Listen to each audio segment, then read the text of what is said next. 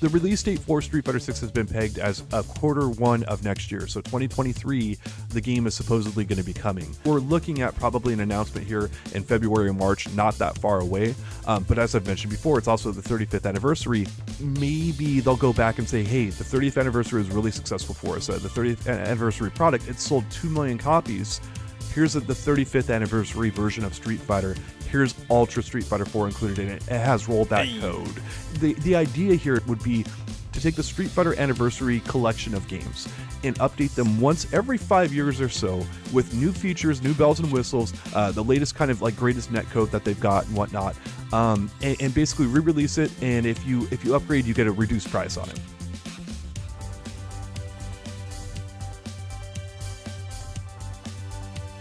All right, John, I wanted to talk about Street Fighter 6 update and the 35th anniversary. But before we get into it, if everyone doesn't mind psycho crushing the like button, it actually helps out the channel a ton. We really super appreciate it. But it is officially the 35th anniversary of Street Fighter, and I want to talk about what that could mean. And first off, we got Capcom Cup 8 canceled. They've switched, instead of calling it tiers, to just a number of the tournament and stuff like that. And the focus is going to shift to online finals. And that is potentially where we could see a Street Fighter 6 announcement. Although... Yes. We could see an entirely separate announcement video and that just showcases stuff for the 35th anniversary, because Capcom kind of already does this with the seasonal updates of Street Fighter 5. Those have been very successful. Masumoto and Nakayama, they do a great job getting those guys up there again and saying, hey, first big announcement here is Street Fighter 6, and the next one is, this and that. Like, I personally would be super hyped up by that. Even if, we don't get it at a live event, because, there's not going to be a live event. Like, I would be very okay with that. But like for you, John, like, does that kind of recapture the energy and hype, at least as best we kind of can with these COVID times for you?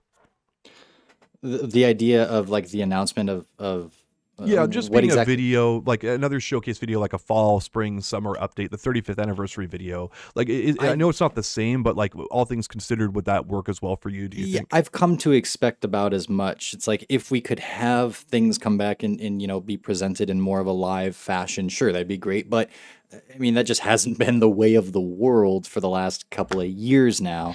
And so I understand it. And things have moved so much from E3 and such and the PlayStation experience to just an online, Nintendo Direct or a PlayStation. Do they call it PlayStation Direct? I forget off the top of my head. State of Play experience, or State of Play or something like that. Yeah. But online presentations, and we've been just fine with them. In fact, hey, we don't have to buy a ticket. We can sit at home. We can go get our coffee. We can go to the bathroom. All that kind of stuff.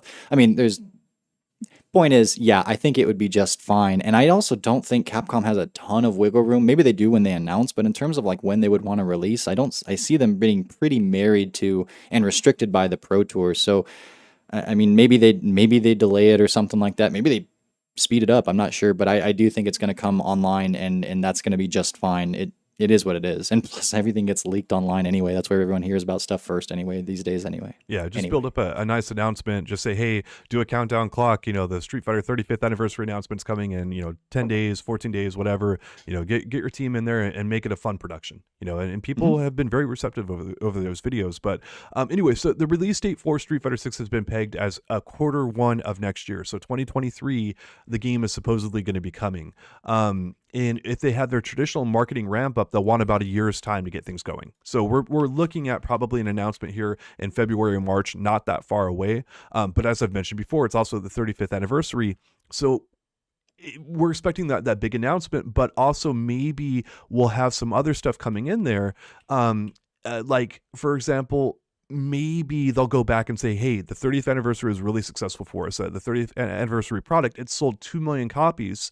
Here's the 35th anniversary version of Street Fighter. Here's Ultra Street Fighter 4 included in it. It has rollback code. It has other stuff in there that, we potentially do. And the idea here, John, I want to pitch you on this and see if you would be on board with it, would be to take the Street Fighter Anniversary collection of games and update them once every 5 years or so with new features, new bells and whistles, the latest kind of like greatest netcode that they've got and whatnot, and basically re-release it. And if you upgrade, you get a reduced price on it. Like if you bought it, for $60 or whatever it came out, I think it came out at like 40. But if you want to upgrade again, it's like $20 every year to upgrade it, or like not every year, every 5 years. That's a big key difference. Would that be something you'd be on board with?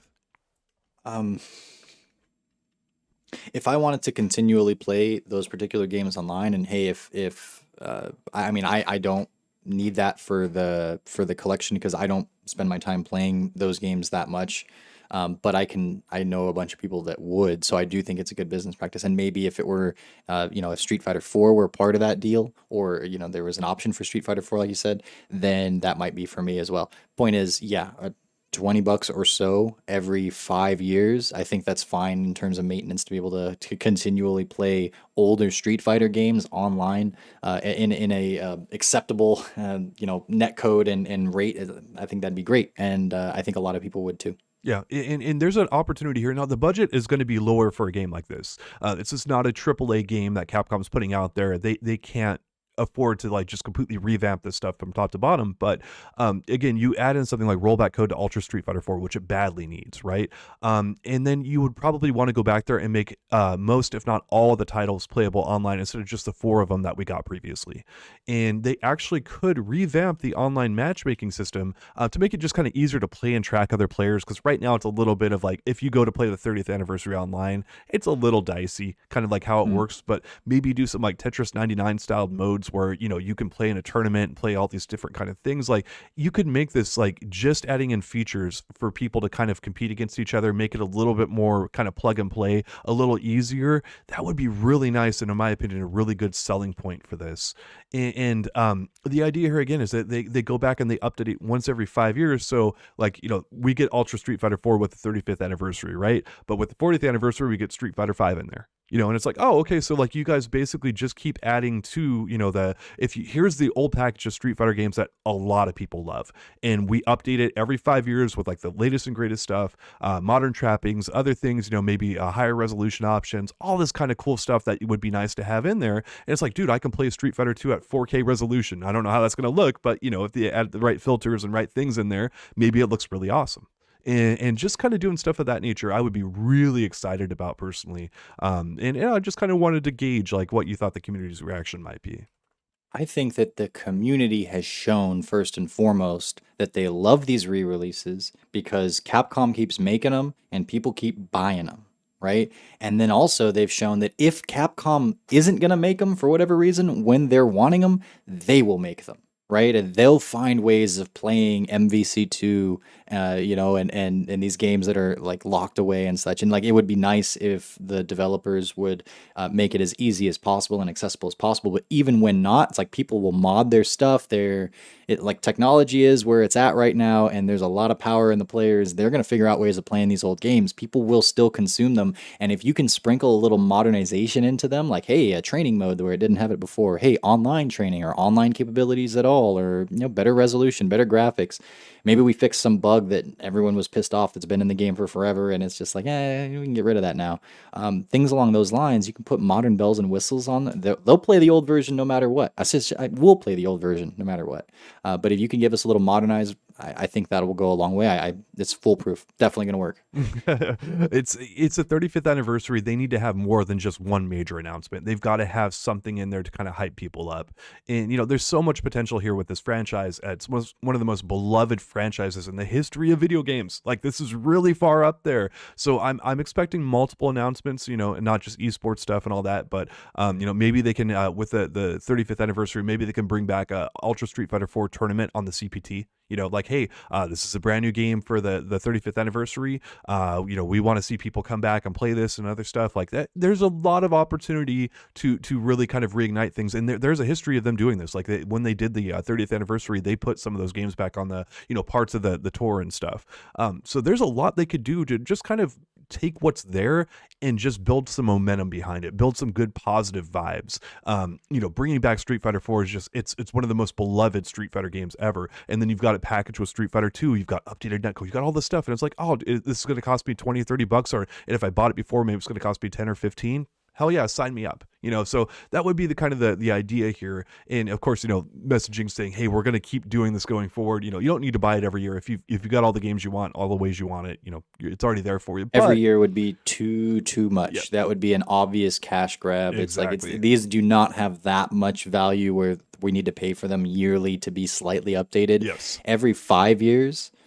bring back Street Fighter V and say, hey, here's Edition Select if you wanted to go back to the dark days of vanilla and like experience without having a Akali that worked really well. You can, and maybe they could even do something like, hey, here's USF4 released and Elena has been rebalanced. Even that just by itself, as weird as it is to just rebalance one character, that would get a lot of attention just because of the kind of like the lore around Street Fighter, the history, the memory of it. But yeah, so much potential there, and I mean, it's not even untapped. I think Capcom taps it all the time, but should continue to do so. Yeah. Well, I'm glad you brought up rebalancing, but we're going to actually save that one for next week because we've got a huge blowout episode actually on rebalancing the old Street Fighter games, but we're going to get into that next time. Oh, I'm excited.